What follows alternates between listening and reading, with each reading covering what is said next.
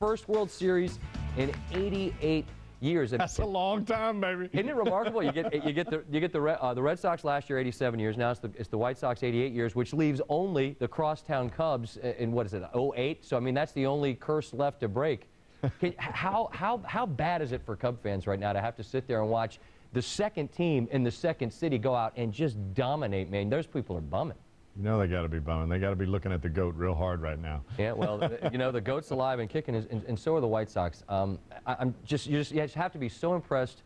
The starting pitching, as you said, and the clutch hits, they seem to deliver when the Astros couldn't buy one. And then Jermaine died. Talk about the breaks. You talk about the breaks, and you look at the things that have happened to this ball club, and there were a lot of times that things went the White Sox way, and you think, God, this is why they're winning. This is what they did. Well, you know what? You make your own breaks. And I think when you look at this ball club and you look at how they got to where they are today and how they've got to the celebration where they break open the champagne on the final day of the season, it's because they made their own breaks. They didn't take anything for granted. Everybody said, well, including myself, said, well, this club is not going to make it. They're not going to do it because they can't do this or they can't do that. Well, you know what? They did it because they wanted it. They wanted it more than the other team wanted it all the way down the line, including the Yankees, including the Anaheim Angels, and including the Houston Astros, and that's why they're world champions. Well, I know you might have visited Chicago a time or two. I've been there a time or two as well. There are more than a few places you could get an adult beverage of watering holes. This is what it looked like at the Bourbon Bar in Chicago.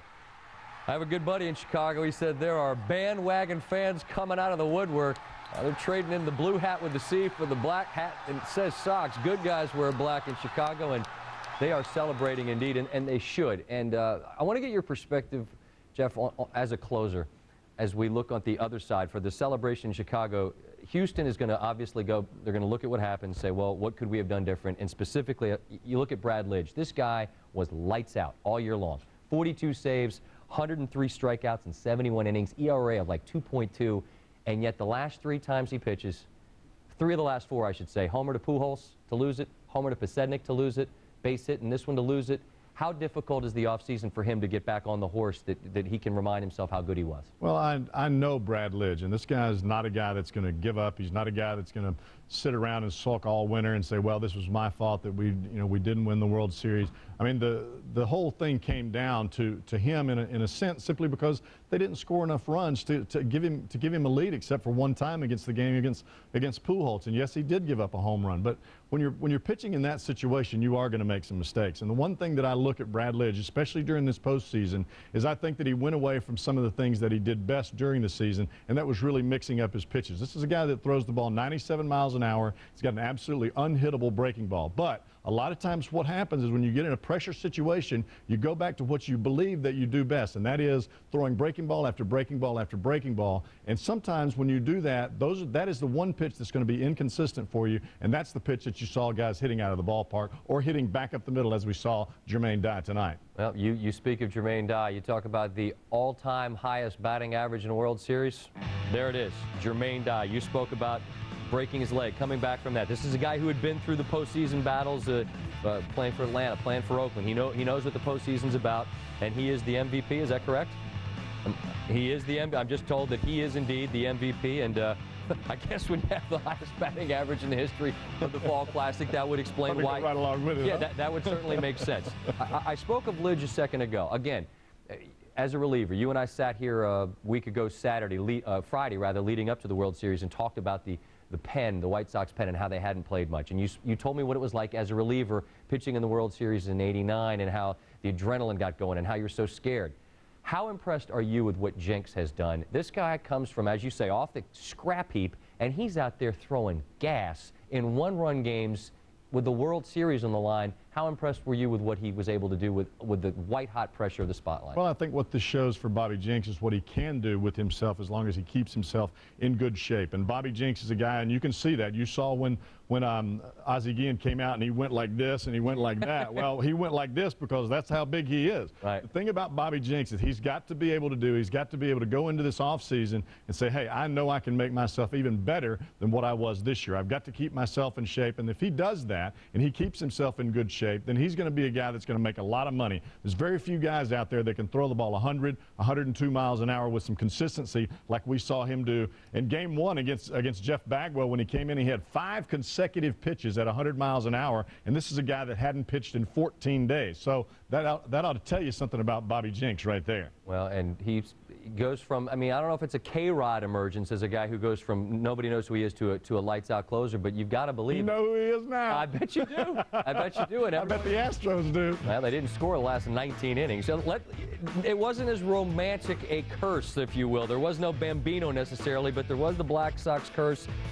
You talk about 1917, the last time the city of CHI had a world champion to celebrate, and you compare the opponent, the batting average, the runs, the ERA, and all the Polo Grounds are gone, but the Minute Maid Park is still alive and well, and so too are the White Sox. They sweep them out. Let's reacquaint you with those 17 Sox. If you're not an historian, you don't know much about them, but they did go 154, winning the American League by 9 games. My guess is that the Rat, Mr. Tillman, is championed this video. They beat the New York Giants in 6 games to take the title. Happy Felsch, of course, he led the team. There was Shoeless Joe Jackson, 301 batting average. Eddie Cicotte led the team with 28 wins and an ERA of 153.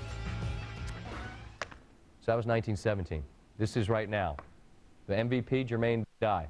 Is he talking? If he is, we'd like to. Oh, you want to talk about him? I beg your pardon.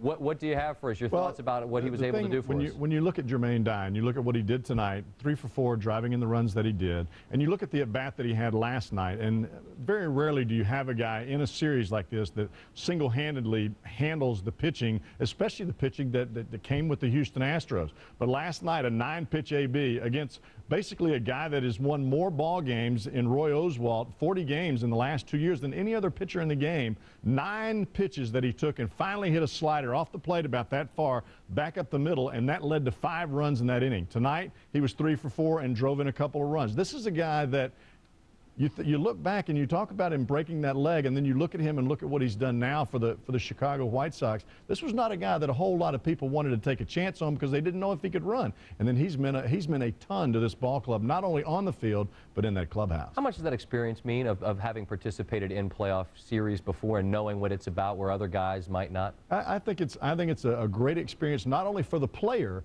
but also for the manager. And you've heard Ozzie Guillen talking about when he was coaching for the Florida Marlins, when he was coaching under Bobby Cox. You heard when Bobby Cox called him on the telephone and said, hey, you know, you're not quitting in this thing. You're going to keep giving, let them keep giving you that money. Well, when you've got a guy like Ozzie Guillen that can continue to press you and push you in that way, you're going to do well. Ozzie Guillen pressed all the right buttons. Everything went his way. Phil Garner, so painfully close. They lose 4 games by a total of 6 runs. They're done. Here's Phil Garner speaking to the media. I think Brad is fine, and we don't get here without Brad, and I thought he did a superb job. And he just wasn't as lights out as he was last year, but he was still lights out for us this year. Okay, in the back, Tim. Phil, tonight and in this series, how well did that team pitch, especially in key spots, guys on base, guys with men in scoring position? Well, they did a good job. They pitched around Berkman quite well, and then they made good pitches on the rest of our guys. We missed some pitches that we should have hit. And we expanded the zone sometimes when we probably shouldn't have, but the bottom line is they did a pretty good job of pitching against us. Phil, way to your right. Continuing on the hitting, the last 8 innings last night and tonight, the hitters did very poorly. Why suddenly did they stop hitting? Well, it's not suddenly. It's been a trait of ours all year, and we've managed to win even though we haven't done that. What you saw is some of our typical games, and we've managed to somehow get through it. And we didn't eke one out this time, and that's unfortunate because we had been doing a pretty good job of coming up with a run here or there. Straight back, Mark. How tough was it to take Brandon out of a game like that as well as he had pitched at that point? Well, he pitched very well, but I felt like Lidge was strong. He told me he was, and I felt like when he came in, he was still throwing the ball good. Didn't want to do it, but you got to try to put a run on the board. To your right, Phil. Phil, now that it's a moot point, could Roger have pitched tomorrow night? I still haven't spoken with him today.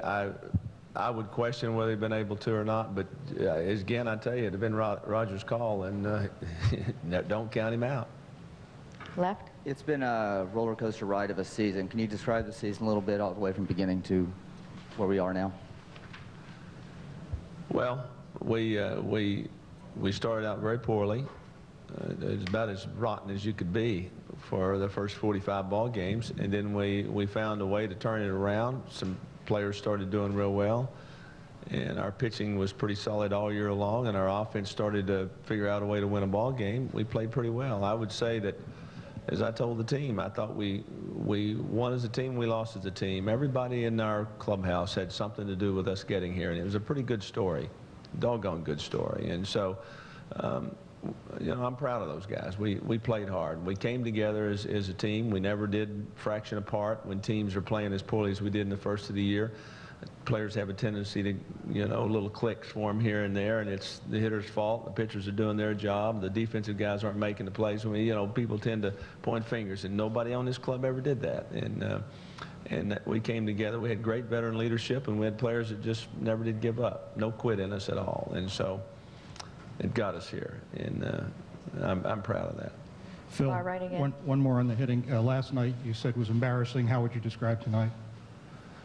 Well, embarrassing meaning I don't like losing. Let's go back and clarify me being ticked off. I don't like to lose. I thought I made it clear today that I wasn't pointing fingers at anybody. I just don't like to lose. Our team lost. We lost. That wasn't them and me. I'm ticked off when we lose. I don't like to lose. I get embarrassed when we lose and we're in front of our people. I'm disappointed, and I'm ticked off that we didn't win a game in this World Series. But I am proud of our players, and I am part of this team. So I'm not saying it's them and me, but I just don't like to lose, bottom line. Phil, why'd you change the normal procedure of either Wheeler or Qualls and go right to Brad? Well, I felt like he was strong, and I think he's our top reliever. That's why he closes out for us, so we went right straight to him. We'll take a couple more for Phil right here in front. Phil, you read the scouting reports before the series started. You've played them 4 games now. What's the best way to describe what the White Sox do? Well, the reports were accurate, but the one thing when you look at the stats, they didn't walk very. They had several players that didn't walk much for the season. 450, 500 at bats, 30 walks. Those kind of numbers are not good walk numbers. And what they did in this series, they were locked in. They took pitches 4 inches off the plate, you know, 2-2 counts with runners in scoring position, and didn't even flinch at them for balls. So they did it all the way up and down the lineup. So they were locked in. That's what they did that was a little different from the scouting reports. But we were able to make the pitches where we wanted to. We were able to get them. Their pitchers did pretty much what we thought they were going to do. So there were no surprises. Any last ones for Phil? Right, Leah, right behind you. Right, wait for the microphone, please. Phil, you had an outstanding season, and you did what some would say was an impossible. So what do you got planned for next year? And come on, are you kidding me? Phil, you're the man. It's a tough. I have no idea what's going to happen tomorrow. I was focused. I've been focused on the day for a long time now, and let me say this. I'll congratulate the Chicago White Sox. They had a phenomenal year, and my hat's off to them. They played well all year long. They played well through the playoffs. The games that I was able to see, they played very well, and they played well against us. So they deserve to be called the world champions this year. But our team, we're winners too, and I want to congratulate our organization and our people. And right now, I'm going to go out and talk to the best fans in the world. Thank you all very much. Thank you, Phil. As sound bites go, that's a walk-off sound bite right there from the very disappointed Phil Garner. Disappointed because his team was hitless in their final 29 at-bats. Craig Biggio, a certain Hall of Famer, he was overjoyed that he finally got a chance to be in the World Series. Unfortunately for him and his team, it was far too short. He visited with Carl Ravitch after the game. I think you showed us just how much you appreciate being on this stage. So how difficult is it to lose? Well, I mean, I just think it was destiny more than anything. I mean, I think it was 4 close games. Obviously, we're disappointed in the way things turned out, but we have nothing to hang our heads about. I mean, you know, all these games could have went the other way. Disappointing and taking a loss, but you know, I think it was more destiny for these guys than it was for us. What can you tell us about Chicago's pitching? Well, I mean, I think we had a pretty good game plan. I think we had some quality at bats. We hit the ball well. You know, we hit it right at them, and that's just the way it goes sometimes. They caught a couple breaks. You tip your hat. I mean, we gave it everything we had. We talked after the LCS about how the whole family and the kids were all excited about this. Now that you've made it here, what's the discussion going to be with the children? Well, the discussion's going to be, they're happy. I mean, obviously, we brought a whole city, 5 or 6 million people here to the World Series, and that's been the goal for Baggy and I for a long time. Hopefully next year, making a couple moves in this offseason, and who knows, maybe we can get a chance to come back next year. Will you and Jeff be back next year? I hope he is. I'll be back, and I mean, with his shoulder, I mean, he's the constant professional. I mean, he battled his way back to give us an opportunity, and we had his bat in the lineup again. So, I mean, I hope he's back. Is it fair to analogize this team with the little train that just couldn't get over the mountain? I don't know. It was a pretty big mountain. We couldn't get past the first round, and then we lost to the Cardinals last year in 7 great games. Then we got past them, and we're in the World Series, 44 years. So, I mean, it's this team and organization and city has a lot to be proud of right now. You're proud? I am proud. I mean, listen to these fans. I mean, it's they've been behind me my whole career and our team the whole year. So, I mean, it's a nice feeling for them. Congratulations on a great year. Thanks, Carl. Thanks, Appreciate Greg. it. Okay. Thanks, buddy. That's a class act right there. So too is Jermaine Dye. He's your MVP. Looks like he's covered in sham pipple. He's talking now. He's your MVP. Swung kind of too hard and then threw me another one for a ball and stayed with my game plan. Didn't really try to do too much. Just try to hit it hard somewhere and found a hole up the middle. Right here, Michael. Jermaine, was there a point during this season where you begin to say, hey, this could be a truly championship team? No, I think this offseason, I sat down with Kenny Williams this offseason, and he just showed me on paper what, the makeup of this team would be like. And, I always know from being around this game long enough and being in the big leagues that pitching and defense wins. And, I just knew our starting pitchers and our bullpen had the capability of going out there and, shutting a lot of teams down, getting a lot of wins. And with our offense, I knew we were good. And, not an overpowering offense, but an offense that it's going to score at least 4 or 5 runs and let our pitchers go out there and keep us in the ball game. And, from the start of spring training, everybody was hungry. Everybody wanted to go out there and win together. Everybody was pulling on the same rope. On the aisle over there. Yeah, this team, particularly in the playoffs, no matter how tight games got or if you guys made an error, there was never any panic. You guys would just kind of brush those things off. Could you talk about the personality of the team that way, and how much was Ozzy's personality involved in that? Well, I think his personality rubbed off on everybody. I think, from the start of spring training, we had a couple new guys in there, and didn't know really what to expect out of Ozzy. And, he's a laid-back guy. He'll say whatever's on his mind, and he keeps everybody loose. He wants you to go out there and have fun, stay positive, no matter if you're down. And, he just, he knows how to win. He's been around a lot of winning teams, and, he's in the dugout rooting us on, getting us up, trying to keep us going. And, we don't have any egos on this team. I think that's what was really special about this club. Everybody got along with each other, and everybody just wanted to win and go out there and do whatever we could to win. And guys stepped up towards the end of the season. And even though we were going bad, we had a taste of not making it to the playoffs. And I think guys got refocused again and played like we did the whole first half that last week and carried it on into the playoffs. Then take one more and then let you go back to the clubhouse. Tom? Jermaine, could you just talk about just your emotions connected with getting back here and winning it this time? I mean, having been through it before, how much did that help you, your experience, and also, I mean, just to be remembered for the kind of things now that you're going to be remembered for?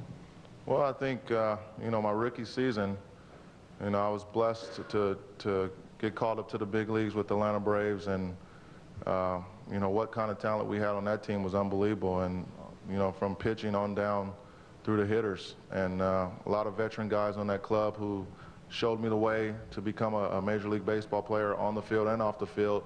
And, getting to the World Series my rookie year, I really didn't know what it was like. It was just, I was just excited to be there, just having fun, and you know, you just never know if you're going to get that chance again. So, you know, 9 years later, 10 years later, or whatever. He hit 118 in '96. He hits 438 this time around. Things feeling a lot different for him and for Chicago. They're the champions of the world. SportsCenter with you till the top of the hour. Don't move.